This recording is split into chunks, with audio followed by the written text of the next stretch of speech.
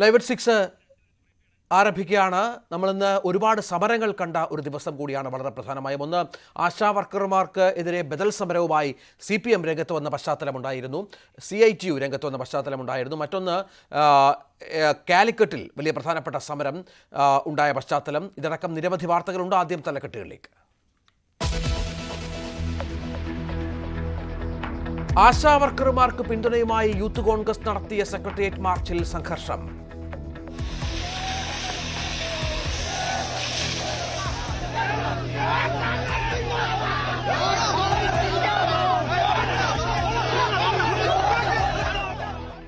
ആശാസമരത്തെ നേരിടാൻ ബദൽ നടപടികളുമായി CPM. CITUവിന്റെ സമരം കേന്ദ്ര സർക്കാർ ഓഫീസുകൾക്ക് മുന്നിൽ. സമരം തുടർന്നാൽ ജോലി നഷ്ടപ്പെടുമെന്ന് ഭീഷണി. സംസ്ഥാനത്തിനുള്ളത് അനുഭാവപൂർണമായ നിലപാടെന്ന് ആരോഗ്യമന്ത്രി.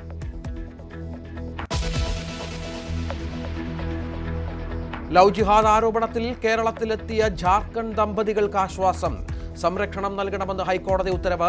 വിധിയിൽ ആശ്വാസമെന്ന് ദമ്പതികൾ.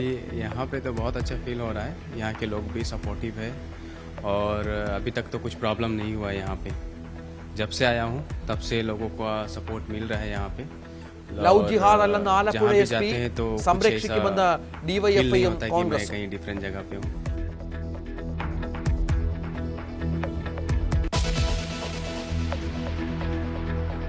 വെഞ്ഞാറമൂട് കൂട്ടക്കൊലയ്ക്ക് പിന്നിൽ കടബാധ്യത തന്നെയെന്ന് പോലീസ്. അഫാൻ ലഹരിക്കടിമയോ സ്ഥിരം മദ്യപാനിയോ അല്ലെന്നും സ്ഥിരീകരണം. അഫാനും ഫർസാനയുമായുള്ള അവസാന ഫോൺ സംഭാഷണം ന്യൂസ് 18.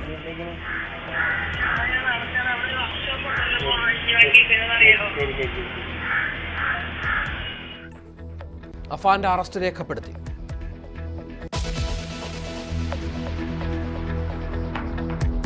രഞ്ജി ട്രോഫി ഫൈനലിൽ ഒന്നാം ഇന്നിംഗ്സ് ലീഡിനായി കേരളത്തിന്റെ പോരാട്ടം. 3 വിക്കറ്റിൽ 131 റൺസ്. ആദിത്യ സർവാദിക്ക് അർദ്ധ സെഞ്ചുറി.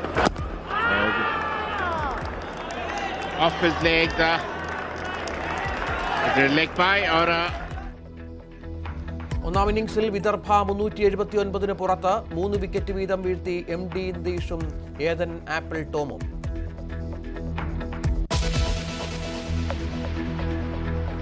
കോഴിക്കോട് NIT അധ്യാപിക ഗോഡ്സയെ പ്രകീർത്തിച്ചതിൽ പ്രതിഷേധം ശക്തം. KSU march അക്രമാസക്തം.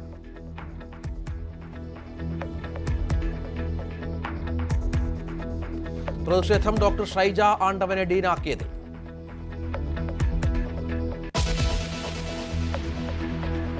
PC ജോർജിന്റെ ജാമ്യാപേക്ഷയിൽ വിധി നാളെ. നടപടി മതവിദ്വേഷ പരാമർശത്തിൽ. ജാമ്യാപേക്ഷയെ എതിർത്ത് പ്രോസിക്യൂഷൻ. കേസ് പരിഗണിക്കുന്നത് ഈരാറ്റുപേട്ട മജിസ്ട്രേറ്റ് കോടതി.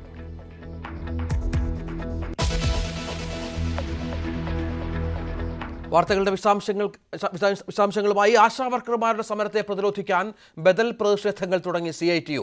വേതനം കൂട്ടാൻ ആവശ്യപ്പെട്ട് വിവിധ കേന്ദ്ര സർക്കാർ ഓഫീസുകൾ CITU ഉപരോധിച്ചു. ഇതിനിടെ സമരം ചെയ്യുന്ന ആശമാരെ CITU പ്രവർത്തകർ ഭീഷണിപ്പെടുത്തുന്നുവെന്ന് പരാതി ഉയർന്നു. CITUവിന് കീഴിലുള്ള ആശാ വർക്കേഴ്സ് ഫെഡറേഷനാണ് ഇന്ന് വിവിധ കേന്ദ്ര സർക്കാർ ഓഫീസുകളിലേക്ക് മാർച്ച് നടത്തിയത്. കോഴിക്കോടും കൊച്ചിയും അടക്കം 3 സമരം നടന്നു. സംസ്ഥാന സർക്കാരിനെതിരെ സമരം ചെയ്യുന്ന ആശാ വർക്കർമാർ രാഷ്ട്രീയ പ്രേരിതമായി ഇത് ചെയ്യുന്നുവെന്നാണ് നേതാക്കളുടെ ആരോപണം. നാളെ തിരുവനന്തപുരത്തും CITU വലിയ പ്രതിഷേധം സംഘടിപ്പിക്കുന്നുണ്ട്. എന്നാൽ ഇത് ബദൽ സമരമല്ല എന്നാണ് ഇടതുമുന്നണി കൺവീനർ TP രാമകൃഷ്ണൻ അവകാശപ്പെടുന്നത്. ഒരു ആശാ വർക്കർക്കുള്ള ഓണറേറിയം എന്ന് പറയുന്നത് 700 രൂപയാണ്. ഇത് കേന്ദ്ര ഗവൺമെന്റിന്റെ നിയന്ത്രണത്തിലുള്ള ഒരു സ്കീം വർക്കാണ്. അത് കേന്ദ്ര ഗവൺമെന്റ് തന്നെ ഏതെങ്കിലും ഒരു തൊഴിൽ നിയമത്തിന്റെ പരിധിയിൽ വിവരപ്പെടുത്തിയിട്ടില്ല. നിലവിൽ ഇന്ത്യക്കകത്ത് നിലവിലുള്ള ഒരു നിയമങ്ങളും ഇവർക്ക് ബാധകമല്ല. നിയമം ബാധകമാക്കണമെന്നാണ് CITUവിന്റെ നിലപാട്. കേന്ദ്ര ട്രേഡ് യൂണിയൻ സംഘടനകളുടെ യോഗം വിളിച്ചു ചേർത്ത് ഈ പ്രശ്നങ്ങൾ ചർച്ച ചെയ്യണമെന്നുള്ള ആവശ്യം CITU മുന്നോട്ട് വെച്ചിട്ടുണ്ട്.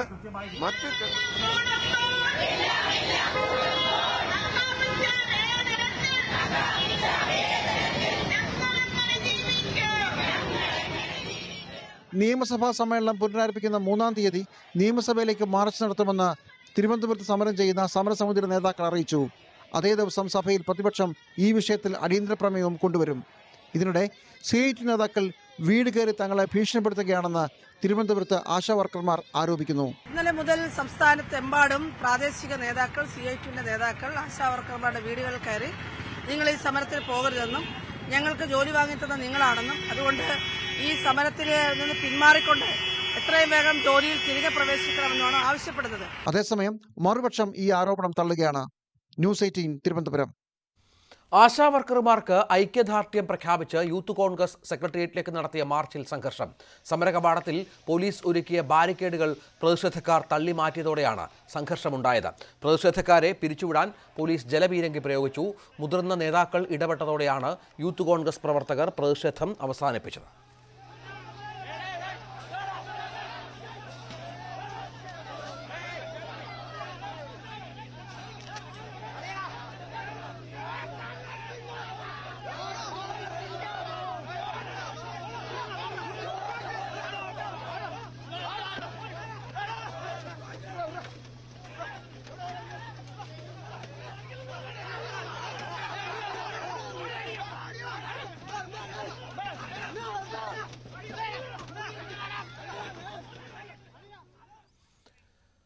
മന്ത്രിയുടെ വസതിയിൽ അധിക്ഷേപം നേരിട്ടെന്ന ആരോപണത്തിൽ ഉറച്ചു നിൽക്കുന്നുവെന്നും നിയമ നടപടി നേരിടാൻ തയ്യാറെന്നും ആശാ വർക്കർമാരുടെ സംഘടനാ നേതാവ് മിനി.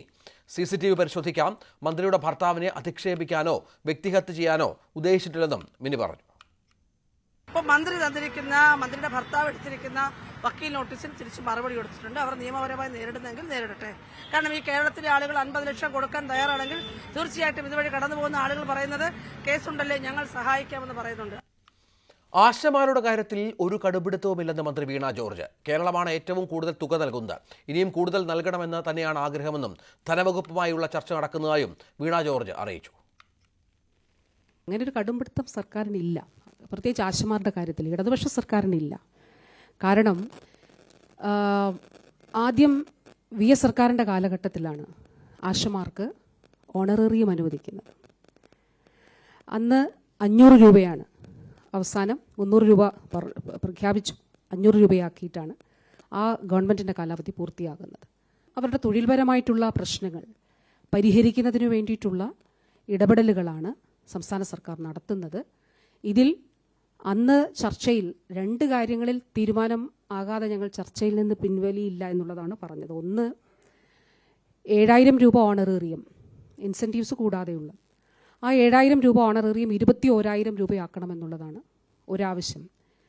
രണ്ടാമത്തെ ആവശ്യം, അവർ പിരിഞ്ഞ് പോകുമ്പോൾ അവർക്ക് 5 ലക്ഷം രൂപ നൽകണം എന്നുള്ളതാണ് പറഞ്ഞിട്ടുള്ളത്. അപ്പോൾ ഈ രണ്ടും സംസ്ഥാന സർക്കാരിനെ സംബന്ധിച്ചിടത്തോളം മറ്റേത് സ്റ്റേറ്റുമായിട്ടും താരതമ്യം ചെയ്യുമ്പോൾ ഏറ്റവും കൂടുതൽ ഓണറേറിയം നൽകുന്ന സ്റ്റേറ്റ് കേരളമാണ്.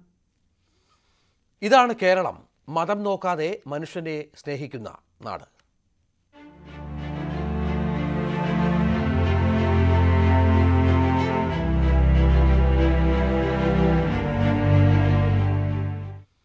ജാർഖണ്ഡിൽ ലവ് ജിഹാദ് ആരോപണത്തെ തുടർന്ന് കേരളത്തിൽ അഭയം തേടിയ ദമ്പതികൾക്ക് ആശ്വാസം.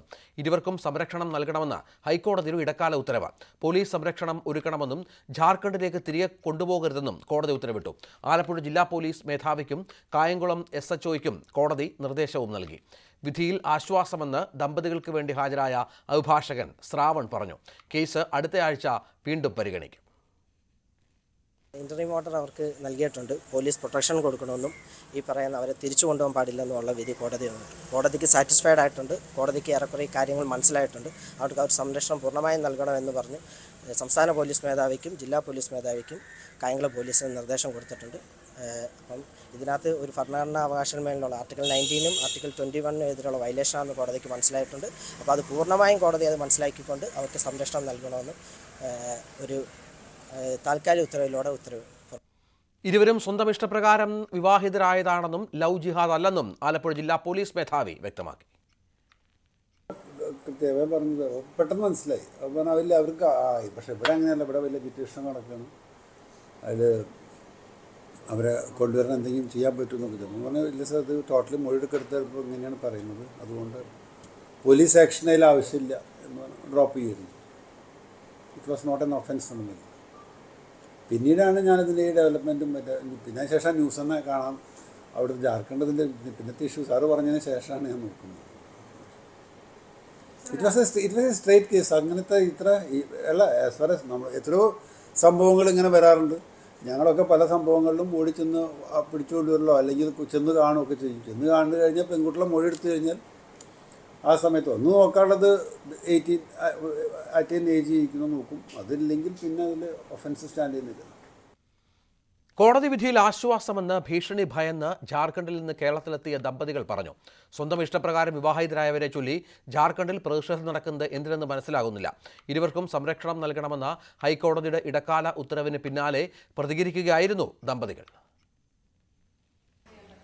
എന്തായാലും കേരളത്തിലെ ജനങ്ങൾ ആഗ്രഹിച്ച അല്ലെങ്കിൽ അത്തരത്തിൽ കുറേ ദിവസമായി നമ്മൾ എല്ലാവരും ഒന്നടങ്കം ആഗ്രഹിച്ച വിധിയാണ് ഹൈക്കോടതിയുടെ ഭാഗത്തു നിന്ന് ഉണ്ടായിട്ടുള്ളത്. ഇപ്പോൾ നമ്മളോടൊപ്പം ആ വിധിയിൽ ഏറ്റവും ആശ്വാസം കൊള്ളുന്ന ആഷയും ഖാലിബുമാണ് നമ്മളോടൊപ്പം ഉള്ളത്.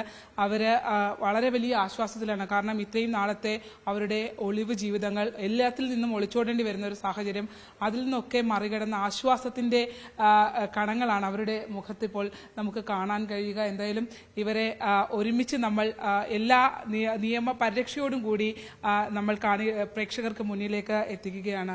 What you feel?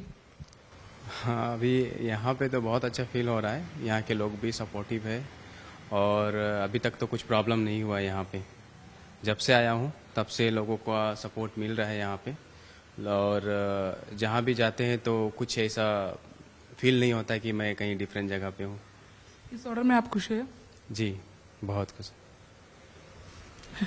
What do you feel? मैं भी बहुत खुश हूँ यहाँ पे आके शादी करके. यहाँ के लोग बहुत ज़्यादा हेल्पफुल है. हमारी एडुकेट तो सबसे ज़्यादा हेल्पफुल, इन्हीं के ज़रिए हम यहाँ सेटल हो पाए और खुश है और अच्छे से हमारा शादी हो गया. कुछ प्रॉब्लम हुआ था तो उसमें न्यूज़ 18 ने काफ़ी ज़्यादा हमारा मदद किया. पुलिस स्टेशन में और भी बाहर भी अभी इतना इशू क्रिएट हो रहा था उसमें भी इन्होंने काफ़ी ज़्यादा सपोर्ट किया. यहाँ के लोग भी काफ़ी ज़्यादा सपोर्ट कर रहे हैं और मैं इनके साथ बहुत खुश हूँ. क्योंकि हमारे तरफ है ना मिसअंडरस्टैंडिंग हो रहा था कि किडनैपिंग का, ठीक है, वो लोग बहुत ज़्यादा अफवाह फैला रहे थे इस चीज़ को लेके. स्पेशली वहाँ के पॉलिटिकल पार्टी ये चीज़ को एक अलग मुद्दा पे लेके जा रहा था जो कि एक्चुअल इससे कोई रिलेटेड नहीं था. कोई पॉलिटिक्स या कुछ रिलीजन्स का कोई कनेक्शन नहीं है हमारा इसमें, ठीक है. और ये चीज़ क्लेरिफाई करने के लिए न्यूज़ 18 आया और हमारा इंटरव्यू लिया. उसने हमने भी क्लियरली बताया, मेरी वाइफ ने भी क्लियरली बताया कि इसमें कोई ज़ोर ज़बरदस्ती नहीं हुआ है. हम अपनी मर्जी से आए हैं, अपनी खुशी से हमने शादी किया है. हम एक दूसरे को पसंद करते हैं, बस इतना ही. बट पता नहीं वहाँ के लोग इतना बड़ा इशू क्यों बना रहे हैं, क्यों इतना बड़ा इशू क्रिएट कर रहे हैं. और अभी पॉलिटिकल पार्टी भी इसमें इन्वॉल्व होके लगा पड़ा है, प्रोटेक्ट कर रहा है. चाहते क्या है? हैंड ओवर करना है. ऑलरेडी शादी हो गया, हैंड ओवर क्यों करना है? फिर अब हैंड ओवर करके करना क्या चाहते हैं? ठीक है, अभी वो भी अभी अगर हैंड ओवर, अगर इतने सारे पब्लिक अभी वहाँ पे मसाल जुलूस निकाला जा रहा है और प्रोटेक्ट किया जा रहा है, अभी ऐसे टाइम में हैंड ओवर करके करना क्या चाहते हैं ये अभी हमें भी पता नहीं कि क्या करना चाहते हैं हैंड ओवर करके. അതായത് ആശ്വാസത്തിന്റെ സമയമാണിത്. എല്ലാവരെയും പോലെ, അതായത് വിവാഹം കഴിഞ്ഞ് വളരെ കുറച്ച് ദിവസങ്ങൾ മാത്രമേ ആയിട്ടുള്ളൂ. ആ ദിവസങ്ങളൊക്കെ തന്നെ അവര് വലിയ ടെൻഷനാണ് അനുഭവിച്ചുകൊണ്ടിരുന്നത്. എന്നാൽ വിവരങ്ങൾ പങ്കുവച്ചത്. വെഞ്ഞാറമൂട് കൂട്ടക്കൊലയിൽ ദുരൂഹത നീങ്ങുന്നു. കൊലയ്ക്ക് പിന്നിൽ കടബാധിത തന്നെയെന്ന് പോലീസ്. അമ്മുമ്മ സൽബ ബീവിയെ കൊലപ്പെടുത്തിയ കേസിൽ പ്രതി അഫാന്റെ അറസ്റ്റ് രേഖപ്പെടുത്തി. പ്രതി മെഡിക്കൽ കോളേജിൽ റിമാൻഡിൽ തുടരും. ഡിസ്ചാർജ് ചെയ്ത് കസ്റ്റഡിയിൽ ലഭിച്ച ശേഷമാകും ബാക്കി കൊലപാതകങ്ങളിലെ അറസ്റ്റ് രേഖപ്പെടുത്തുക. അഫാൻ ലഹരിക്ക് അടിമയോ സ്ഥിരം മദ്യപാനിയോ അല്ലെന്നാണ് മെഡിക്കൽ റിപ്പോർട്ട്. അതേസമയം അഫാന്റെ മാതാവ് ഷമിയുടെ മൊഴി പോലീസ് നാളെ രേഖപ്പെടുത്തുമെന്നാണ് സൂചന. കൂട്ടക്കൊലപാതകത്തിലെ ദുരൂഹത പൂർണ്ണമായും മാറിയിട്ടില്ലെങ്കിലും കൊലയ്ക്ക് പിന്നിൽ സാമ്പത്തിക ഇടപാടും കടബാധ്യതയും തന്നെയെന്നാണ് പോലീസിന്റെ പ്രാഥമിക വിലയിരുത്തൽ. പ്രതി അഫാൻ ലഹരിക്കടിമയോ സ്ഥിരം മദ്യപാനിയോ അല്ലെന്നാണ് രക്തപരിശോധനയിലെ കണ്ടെത്തൽ. മെഡിക്കൽ കോളേജ് ആശുപത്രിയിൽ ചികിത്സയിൽ കഴിയുന്ന അഫാനെ ഡിസ്ചാർജ് ചെയ്യാൻ 2 ദിവസം കൂടി വേണ്ടിവരും. അതിനാൽ അമ്മൂമ്മ സൽമ ബീവിയെ കൊലപ്പെടുത്തിയ കേസിൽ പാങ്ങോട് പോലീസ് മെഡിക്കൽ കോളേജിലെത്തി ആദ്യ അറസ്റ്റ് രേഖപ്പെടുത്തി. പ്രതി റിമാൻഡിൽ മെഡിക്കൽ കോളേജിൽ തന്നെ തുടരും. ജയിലിൽ എത്തിച്ച ശേഷം കസ്റ്റഡിയിൽ വാങ്ങിയാകും മറ്റ് 4 കൊലപാതകങ്ങളിലും അമ്മയെ കൊലപ്പെടുത്താൻ ശ്രമിച്ച കേസിലും അറസ്റ്റ് രേഖപ്പെടുത്തുക. അഫാന്റെ ആക്രമണത്തിൽ ഗുരുതരമായി പരിക്കേറ്റ മാതാവ് ഷമിയുടെ ആരോഗ്യസ്ഥിതി മെച്ചപ്പെട്ടെങ്കിലും അടുത്ത ദിവസമാകും പോലീസ് മൊഴി രേഖപ്പെടുത്തുക. കൂട്ടക്കൊലയിലെ ദുരൂഹത പൂർണ്ണമായും നീക്കാൻ ഇതിലൂടെ കഴിയുമെന്നാണ് പോലീസിന്റെ പ്രതീക്ഷ. ആറ്റിങ്ങൽ ഡിവൈഎസ്പിയുടെ നേതൃത്വത്തിലുള്ള പോലീസ് സംഘം വെഞ്ഞാറമൂട്ടിലെ സ്വകാര്യ മെഡിക്കൽ കോളേജ് ആശുപത്രിയിലെത്തി ഷെമിയുടെ ആരോഗ്യസ്ഥിതി വിലയിരുത്തി. ന്യൂസ് 18 തിരുവനന്തപുരം. ഗാന്ധി ഘാതകനായ ഗോഡ്സെയെ പ്രകീർത്തിച്ച് വിവാദത്തിലായ NIT അധ്യാപിക ഡോക്ടർ ഷൈജ ആണ്ടവനെ ഡീനായി നിയമിച്ചതിൽ പ്രതിഷേധം കനക്കുന്നു. വിദ്യാർത്ഥി സംഘടനകൾ ക്യാമ്പസിലേക്ക് മാർച്ച് നടത്തി. KSU പ്രതിഷേധം കലാശിച്ചത് സംഘർഷത്തിലും.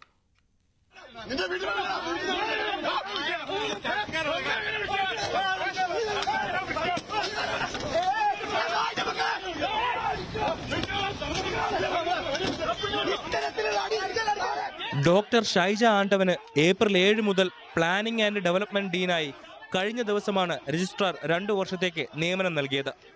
നിലവിൽ പ്ലാനിംഗ് ആൻഡ് ഡെവലപ്മെന്റ് ഡീനായ ഡോക്ടർ പ്രിയാചന്ദ്രന് പകരമാണ് ഷൈജയ്ക്ക് നിയമനം. നിയമനത്തിൽ പ്രതിഷേധിച്ച് ക്യാമ്പസിലേക്ക് വിദ്യാർത്ഥി സംഘടനകൾ ഇന്നും മാർച്ച് നടത്തി. KSU നടത്തിയ മാർച്ച് സംഘർഷത്തിലാണ് കലാശിച്ചത്.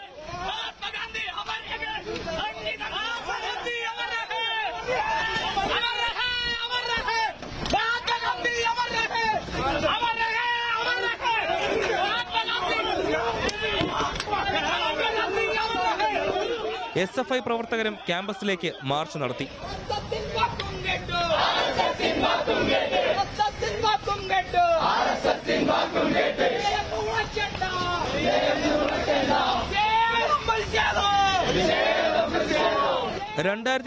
ജനുവരിയിൽ ഗാന്ധിജിയുടെ രക്തസാക്ഷി ദിനത്തോടനുബന്ധിച്ച് സമൂഹ മാധ്യമ പോസ്റ്റിന് താഴെ ഗോഡ്സെയെ പ്രകീർത്തിച്ച് കമന്റിട്ടാണ് ഇവർ വിവാദത്തിലായത്.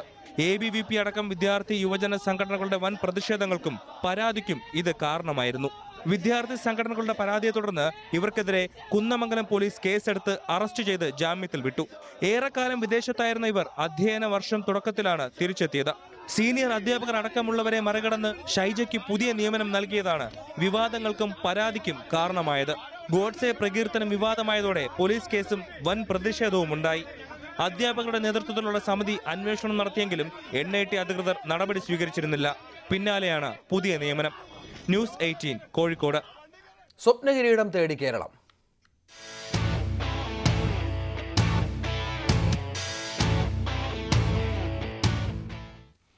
രഞ്ജി ട്രോഫി ക്രിക്കറ്റ് ഫൈനലിൽ ഒന്നാം ഇന്നിംഗ്സ് ലീഡ് നേടാനായി കേരളം പൊരുതുന്നു. 3 വിക്കറ്റ് നഷ്ടത്തിൽ 131 റൺസ് എന്ന നിലയിലാണ് കേരളം. രണ്ടാം ദിവസത്തെ കളി അവസാനിപ്പിക്കുമ്പോൾ 379 റൺസ് എടുത്താണ് വിദർഭ ഒന്നാം ഇന്നിംഗ്സിൽ പുറത്തായത്.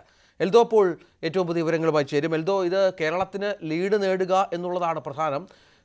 സെക്കൻഡ് ഇന്നിംഗ്സ് നമുക്കറിയാം, പലപ്പോഴും ലീഡിലാണ് കേരളം സെമിയിലേക്കും ഫൈനലിലേക്കൊക്കെ പ്രവേശിപ്പിച്ചത്. ആ ഒരു ലക്ഷ്യം തന്നെ ആയിരിക്കുമോ ഈ മത്സരത്തിൽ?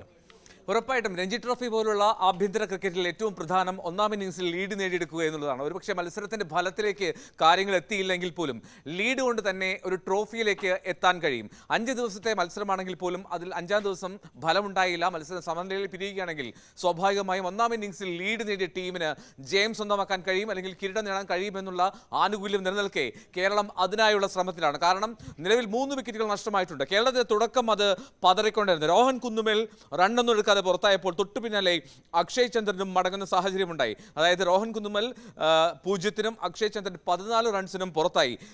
നാൽക്കണ്ടയുടെ ബോളിംഗ് മികവിലാണ് അത്. അങ്ങനെ 14 റൺസ് എടുക്കെ 2 വിക്കറ്റ് എന്ന നിലയിൽ പതറിയ കേരളത്തെയാണ് പിന്നീട് വിദർഭയുടെ ടീമിന്റെ അംഗമായിരുന്ന 2 തവണ വിദർഭ ചാമ്പ്യന്മാരായപ്പോൾ അതിൽ കളിച്ചിരുന്ന ആദിത്യ സർവാദയും ഒപ്പം കേരളത്തിന്റെ യുവതാരം അഹമ്മദ് ഇമ്രാനും ചേർന്ന് കരകയറ്റിയത്. സർവാദെ 66 റൺസുമായി ഇപ്പോൾ ക്രീസിൽ തുടരുന്നു. ഇമ്രാൻ 37 റൺസിന് പുറത്തായി. സച്ചിൻ ബേബിയാണ് സർവാദയ്ക്കൊപ്പം ക്രീസിൽ. ഇനി കേരളത്തിന്റെ ഇന്നത്തെ ബോളിംഗ് പ്രകടനവും മികച്ചതായിരുന്നു. കേരളം 379 റൺസിന് പുറത്താക്കി ആതിഥേയരായ വിദർഭയെ. അതിൽ MD നിതീഷിന്റെയും ഒപ്പം 4ാമത്തെ മാത്രം ഫസ്റ്റ് ക്ലാസ് മത്സരം കളിക്കുന്ന ഏതൻ ആപ്പിൾ ടോമിന്റെയും പ്രകടനം, രണ്ടുപേരും 3 വിക്കറ്റ് വീതം വീഴ്ത്തി വിദർഭയെ 379 പുറത്താക്കി. അങ്ങനെ മികച്ച ഒരു ബോളിംഗ് പ്രകടനം ഈ ദിവസത്തിൽ കേരളം കാഴ്ചവെച്ചു. 3ാം ദിനം നാളെ ആരംഭിക്കും. സ്വാഭാവികമായും ഏറ്റവും മികച്ച പോരാട്ടം ബാറ്റർമാരിൽ നിന്ന് കേരളം പ്രതീക്ഷിക്കുന്നു. സച്ചിൻ ബേബിയും സർവാദയും ക്രീസിലുണ്ട്. ശരി, ഇടവേള.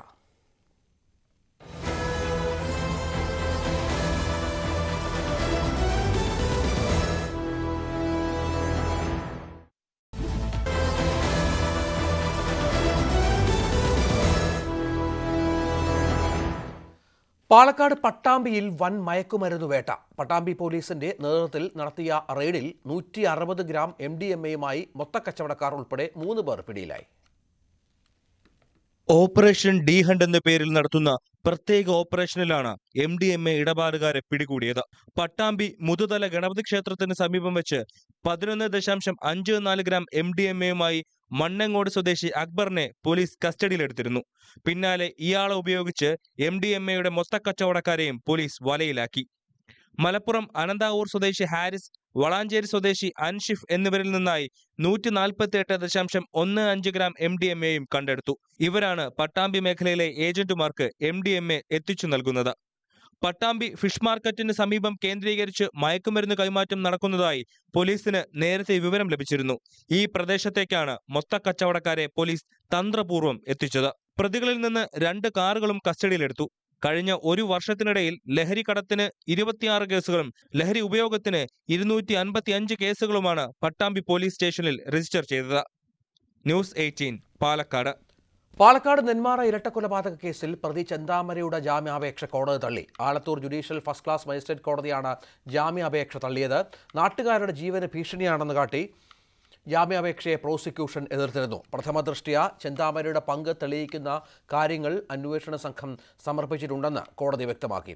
അറസ്റ്റ് നടപടികളിൽ പിഴവുണ്ടെന്ന വാദം ജാമ്യം നേടാനുള്ള വഴിയല്ലെന്നും കോടതി പറഞ്ഞു. ജനുവരി 27-നായിരുന്നു അയൽവാസി സുധാകരൻ, അമ്മ ലക്ഷ്മി എന്നിവരെ ചെന്താമര വെട്ടിക്കൊലപ്പെടുത്തിയത്. പത്തനംതിട്ട കൂടലിൽ 13-കാരനെ ക്രൂരമർദ്ദനത്തിനിരയാക്കിയ പിതാവ് അറസ്റ്റിൽ. ലഹരിക്കടിമയായ പ്രതി മുൻപും സമാന കുറ്റം ചെയ്തുവെന്നാണ് FIR. മർദ്ദന ദൃശ്യം പുറത്തു വന്നതോടെ ചൈൽഡ് വെൽഫെയർ കമ്മിറ്റി നൽകിയ പരാതിയിലാണ് നടപടി. കൂടൽ സ്വദേശിയായ രാജേഷാണ് 13-കാരനായ മകനെ വീട്ടിൽ ബെൽറ്റ് കൊണ്ട് അതിക്രൂരമായി മർദ്ദിച്ചത്. 2 ദിവസം മുമ്പായിരുന്നു സംഭവം. വസ്ത്രങ്ങളും ചെരുപ്പും വാങ്ങാൻ ആവശ്യപ്പെട്ടതാണ് പ്രകോപനം. തുടർന്ന് കുട്ടിയെ മർദ്ദിക്കുകയായിരുന്നു. ദൃശ്യങ്ങളടക്കം സമീപവാസികൾ ശേഖരിച്ച് CWCക്ക് പരാതി നൽകിയതിനെ തുടർന്നാണ് കൂടൽ പോലീസ് പ്രതിയെ അറസ്റ്റ് ചെയ്തത്.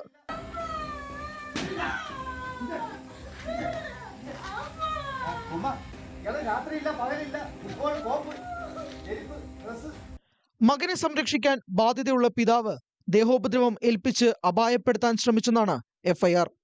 കുട്ടിയുടെ മർമ്മഭാഗത്തും തുടയിലും വയറിലും അടിച്ചു. നേരത്തെയും പ്രതി സമാന കുറ്റം ചെയ്തിട്ടുണ്ട്. ലഹരിക്ക് അടിമയായ രാജേഷ് ഭാര്യയുടെ സഹോദരനെയും മർദ്ദിച്ചിട്ടുണ്ട്. ന്യൂസ് 18 പത്തനംതിട്ട.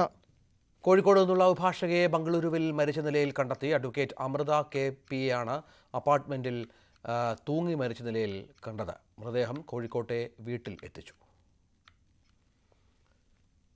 നിലമ്പൂർ മുത്തേടത്ത് സെപ്റ്റിക് ടാങ്കിൽ വീണ കൊമ്പനാന ചരിഞ്ഞു. കസേരക്കൊമ്പൻ എന്ന് നാട്ടുകാർ വിളിക്കുന്ന ആനയാണ് സ്വകാര്യ വ്യക്തിയുടെ പുരയിടത്തിലെ സെപ്റ്റിക് ടാങ്കിൽ വീണ നിലയിൽ കണ്ടെത്തിയത്. പോസ്റ്റ്മോർട്ടം നടപടികൾക്ക് ശേഷം ആനയുടെ ജഡം ഉൾക്കാട്ടിൽ സംസ്കരിച്ചു. നിലമ്പൂർ നോർത്ത് ഡിവിഷൻ പരിധിയിൽ മുത്തേടം ചോളമുണ്ടയിലാണ് സംഭവം.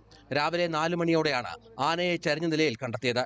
കസേരക്കൊമ്പൻ എന്ന് പേരിട്ടിരിക്കുന്ന ആന മാസങ്ങളായി ജനവാസ മേഖലയോട് ചേർന്ന് തമ്പടിച്ചിരുന്നു. ആനയ്ക്ക് പ്രായാധിക്യമുണ്ടെന്നും അസുഖബാധിതനാണെന്നുമാണ് വനംവകുപ്പിന്റെ പ്രാഥമിക നിരീക്ഷണം. ഇതേ തുടർന്നാകാം ആന കാടിറങ്ങിയത്. കുഴിയിൽ നിന്ന് കരകയറാൻ സാധിക്കാത്തത് ഇക്കാരണങ്ങൾ കൊണ്ടാകാമെന്നും വനംവകുപ്പ് പറയുന്നു. കുഴിയിൽ വീണതാകില്ല, ആരോഗ്യ പ്രശ്നങ്ങളും പ്രായാധിക്യവുമാകാം മരണത്തിലേക്ക് നയിച്ചത് എന്നും വനംവകുപ്പ് വിലയിരുത്തുന്നു. പോസ്റ്റ്മോർട്ടം നടപടികൾക്ക് ശേഷം ആനയുടെ ജഡം ഉൾക്കാട്ടിൽ സംസ്കരിച്ചു. ന്യൂസ് 18 മലപ്പുറം.